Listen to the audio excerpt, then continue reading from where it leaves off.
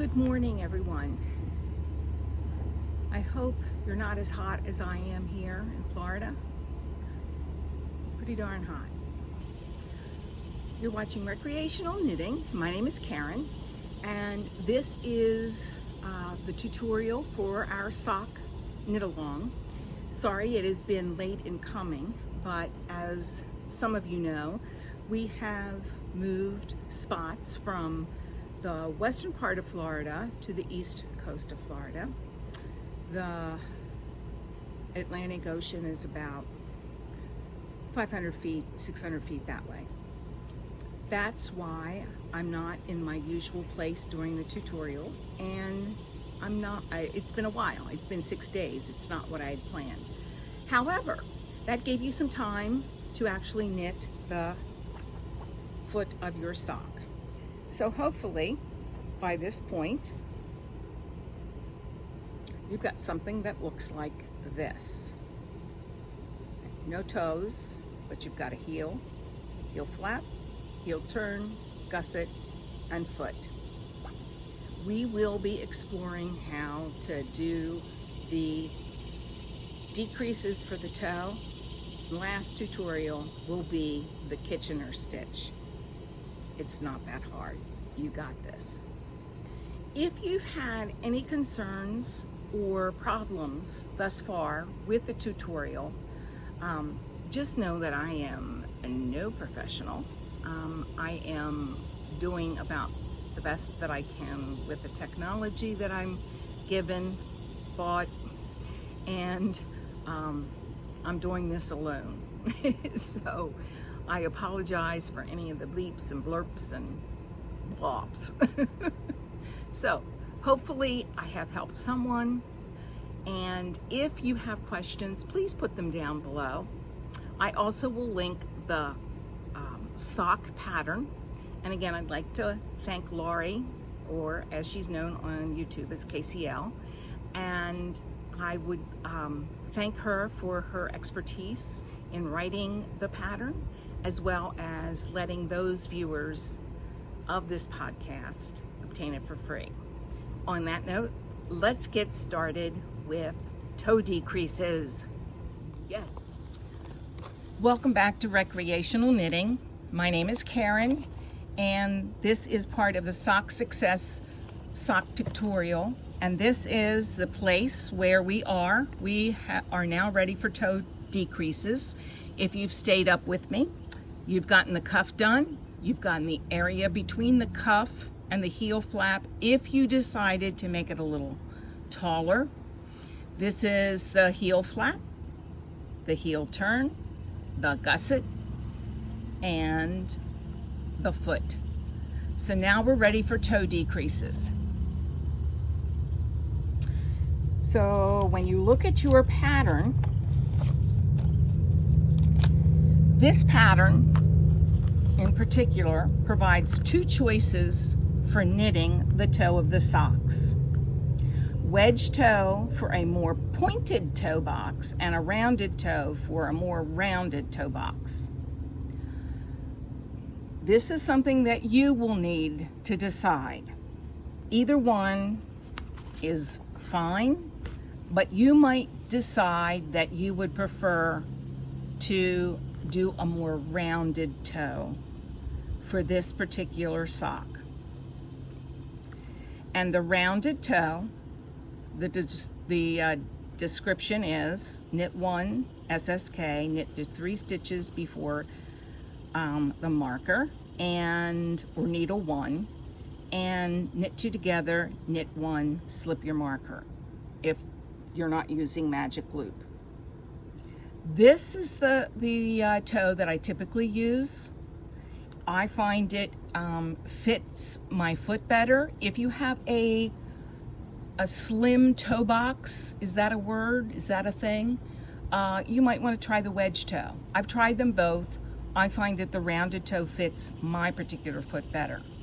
I don't think you can go wrong with either one. They're very similar. So, we are going to start this next round by doing a knit 1, slip, slip, knit. This is what humidity does to needles and yarn. Just saying. All right, so we're going to knit 1,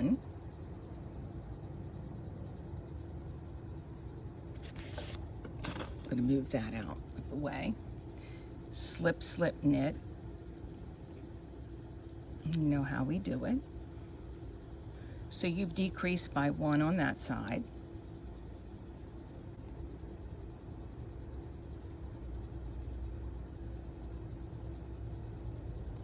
And you always want to keep your decreases the same. So on your right is slip, slip, knit,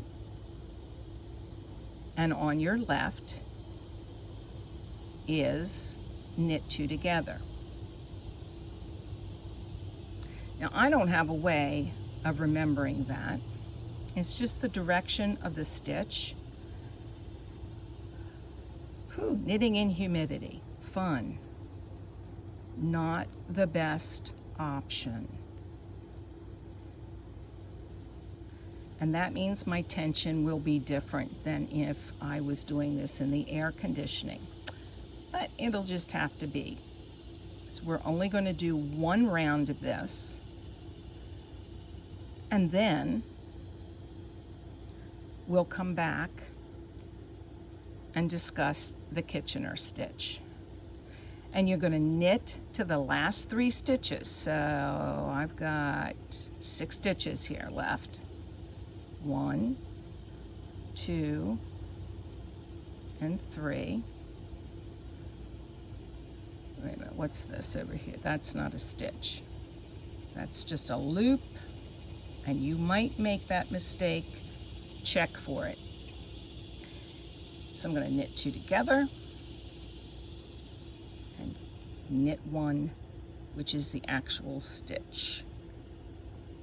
All right. So we've gone across one side, and I don't know whether you can see that is your slip, slip, knit, and that is your knit 2 together.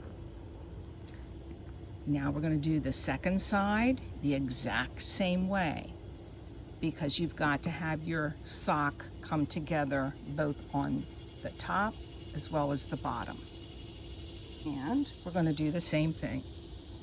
We're going to knit 1. Make sure you tug that yarn a little bit there. And after you do the slip, slip, knit,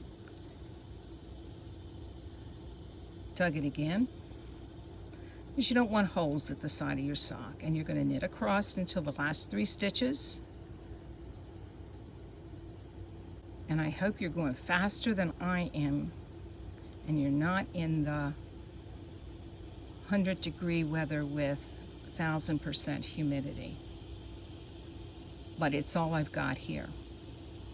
We are at Gamble Rogers State Park in Florida, which is at Flagler Beach. If you want to look, it's in between Jacksonville and Daytona. It's a lovely little beach. Not a whole lot of development, because that's the way the town is.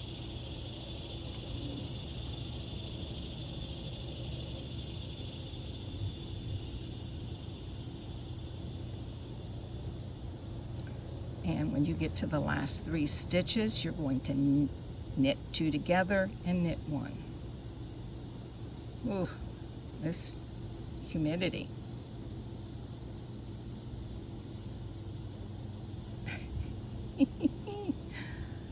I've never knit in the humidity like this before. It's fun. At least it's not wool. Okay, I've got 4. And now my last 3 stitches. See them? Knit 2 together, knit 1, and I've just completed my first round. Now the second round, the instructions say to knit. So that's what you're going to do.